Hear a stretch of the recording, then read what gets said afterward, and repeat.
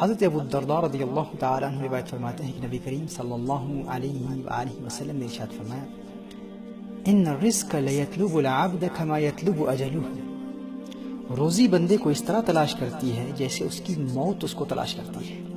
ابن حبان نے اسے اپنی صحیح میں روایت فرمایا، یعنی جس طرح آپ اپنی موت سے نہیں بچ سکتے، عین اسی طرح آپ اپنی روزی سے محروم نہیں رہ سکتے۔ ساری دنیا کے مالک جمع ہو کر اگر آپ کو آپ کی موت سے بچانا چاہیں تو نہیں بچا سکتے۔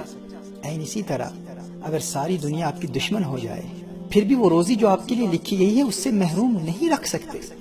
جس طرح موت آپ کے پاس پہنچ جائے گی، عین اسی طرح آپ کی روزی بھی آپ کے پاس پہنچ جائے گی۔ اگر آپ نے زندگی میں ملٹی ملینئر بننا ہے تو بن کر رہیں گے، اور دنیا کی کوئی طاقت آپ کی دولت کو روک نہیں سکتی۔ لہٰذا ہمارے لیے ضروری ہے کہ جو مقدر میں لکھا ہوا ہے اسے حلال ذرائع سے حاصل کریں، اسے حرام ذرائع سے حاصل کرنے کی ہرگز کوشش نہ کریں، کیونکہ ناظرین کرام وہ ہماری ہی روزی ہے۔ کتنا نادان ہے وہ انسان جو اپنی ہی روزی کو خود اپنے عمل سے حرام بنا رہا ہے۔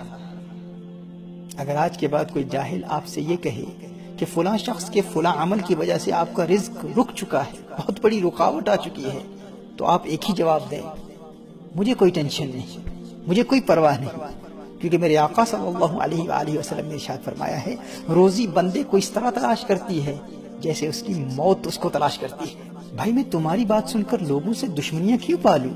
دنیا کی کیا مجال کے مقدر میں لکھی ہوئی روزی کو روک سکے؟ یہ ممکن ہی نہیں ہے۔ ناظرین کرام، اگر ہم اسلام کی ان خوبصورت تعلیمات پر یقین کر لیں تو دشمنیاں ختم ہو جائیں اور زندگی کی ہر ٹینشن ختم ہو جائے اور زندگی پرسکون گزرے۔